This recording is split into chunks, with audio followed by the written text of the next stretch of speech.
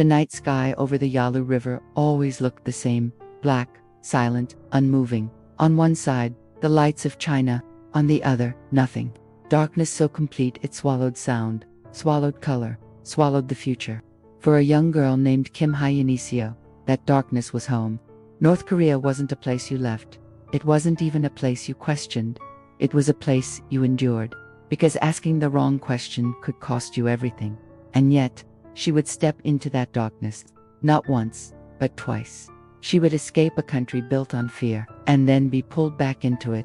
This is the story of the girl who crossed the river, twice, and lived to tell the world. Hyeon-seo was born in the city of Hyeoson near the Chinese border. From the outside, her childhood looked loyal, disciplined, ordinary. She wore the red scarf of the youth league. She memorized patriotic songs. She saluted portraits on the wall every morning. She believed what she was told. Everyone did, because belief was survival. Her mother was strict but protective. Her father worked for the government in logistics, a dangerous privilege in a system where a single accusation could destroy an entire family. But the famine changed everything. The lights went out across the country. Food disappeared. Bodies appeared on the streets. And inside young Hyeon-seo, something shifted. She began noticing things she wasn't supposed to notice. Why were government officials well-fed while children starved? Why were innocent people disappearing? Why did the outside world seem to glow with electricity and color? Curiosity is a quiet rebellion. And in North Korea, rebellions get punished. To understand why she ran, you have to understand what she was running from. North Korea is not only a place of political control, it is a place built on fear, hunger, and silence. People flee for reasons the world rarely sees. Hunger so deep it shapes childhood memories. Surveillance so constant that neighbors whisper before speaking. Punishment so severe that a mistake by one person becomes a sentence for an entire family. Travel bans keep citizens trapped inside their own towns. Public executions are used to remind the population of consequences. Prison camps where generations disappear without explanation. And the truth even more difficult. Most people don't flee seeking freedom. They flee because survival becomes impossible. They flee because food is a privilege, information is forbidden, and hope is dangerous. They flee because the country treats escape not as a crime, but as treason. Hyeon-seo grew up watching these realities quietly.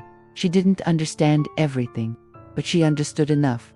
If she stayed, life would be smaller than fear. If she left, she might never return.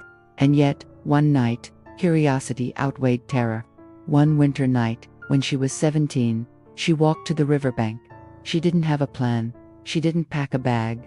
She didn't tell anyone. She just stared across the black water toward the faint lights of China, the only proof she had that a different world existed. She didn't want to defect. She didn't want to abandon her family. She simply wanted to see, to know. She stepped into the river. The water was freezing, sharp as needles. Each step felt like walking deeper into fear. If she slipped, she could drown. If a border guard saw her, she could be shot. If she survived, she could be arrested in China and sent back to a prison camp. But in that moment, the danger felt smaller than the hunger to know the truth. When she reached the other side, she wasn't free. She was illegal, invisible, unwanted, hunted. She found work in restaurants, factories, markets, places where questions were never asked as long as you kept your head down. She learned Mandarin. She learned how to smile without revealing fear. She learned how to survive in a country that saw her as a criminal. But then, everything collapsed. Her family in North Korea stopped receiving her letters. Chinese police began inspecting neighborhoods looking for defectors. A broker told her the truth.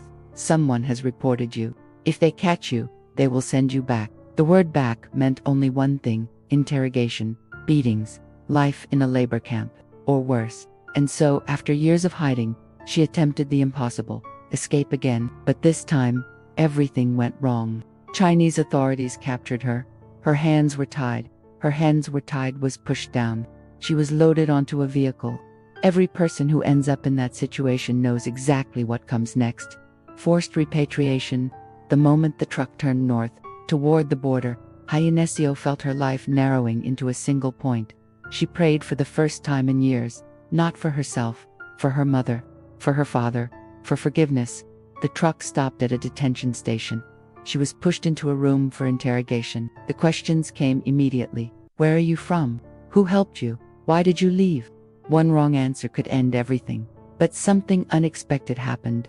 A guard looked at her differently. Her Mandarin was perfect. Her accent, convincing. Her appearance, just different enough. Are you from North Korea? He asked. She shook her head. No, I'm from here. Born in China. He stared at her for a long moment, and then, he believed her.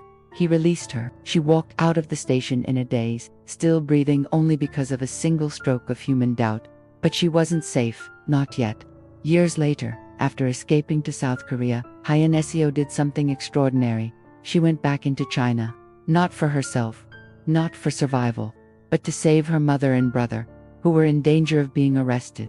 She guided them through mountains, checkpoints, and safe houses, across borders patrolled by police and traffickers, through terrain she'd once crossed alone as a terrified teenager. The journey lasted months.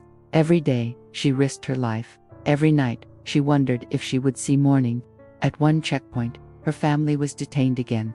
This time, the guard demanded money, far more than she had.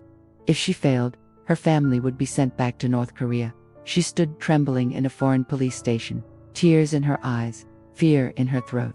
When a stranger walked up, a man she had never met, a tourist passing through, he saw her crying. He listened to her story, and without hesitation, he paid the bribe. She later said, I don't remember his name, but he saved my family. With that final obstacle removed, they crossed the border into Laos, then into Thailand, and finally boarded a plane to South Korea. For the first time in her life, Hyeon-seo was not running from something. She was running toward a future she never expected to have. In Seoul, she became something rare, a North Korean defector with a voice. Not the propaganda voice she'd grown up with, a human voice, a free one. She wrote a book, gave talks, sent money to other defectors, helped families reunite, helped children escape. Her story became a window into a hidden world, a reminder that behind every border, there are human beings trying to survive systems larger than themselves. But when people asked her how she escaped twice, she always answered the same way. I was lucky. Others were not. Because surviving wasn't proof of strength. It was proof of chance. And chance is not justice. Kim Hyeon-seo now lives quietly, far from the river that defined her life. But the memory stays with her. The cold water, the border guards, the darkness of a country that tried to own her. And the light on the other side, so small, and yet enough to make her move. She never describes herself as brave. She never calls herself a hero. She says only this: I ran because I wanted to live. And I kept running because I wanted my family to live too. Most people cross one border in their lifetime. She crossed two. Both in silence, both in fear, both without any guarantee she would survive. Twice, the world tried to close around her. Twice, she found a way out. And today, her voice carries farther than any border wall, because some stories don't escape countries, some stories escape systems, and Kim Hyeon-seo's story is one of them. Thanks for watching, and if you found this story as powerful as we did, please subscribe for more.